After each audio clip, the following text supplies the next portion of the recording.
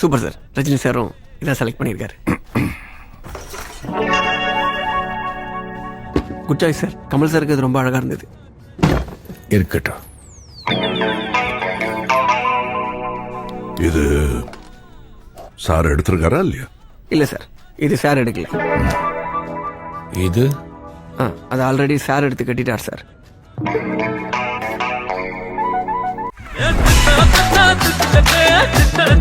Hey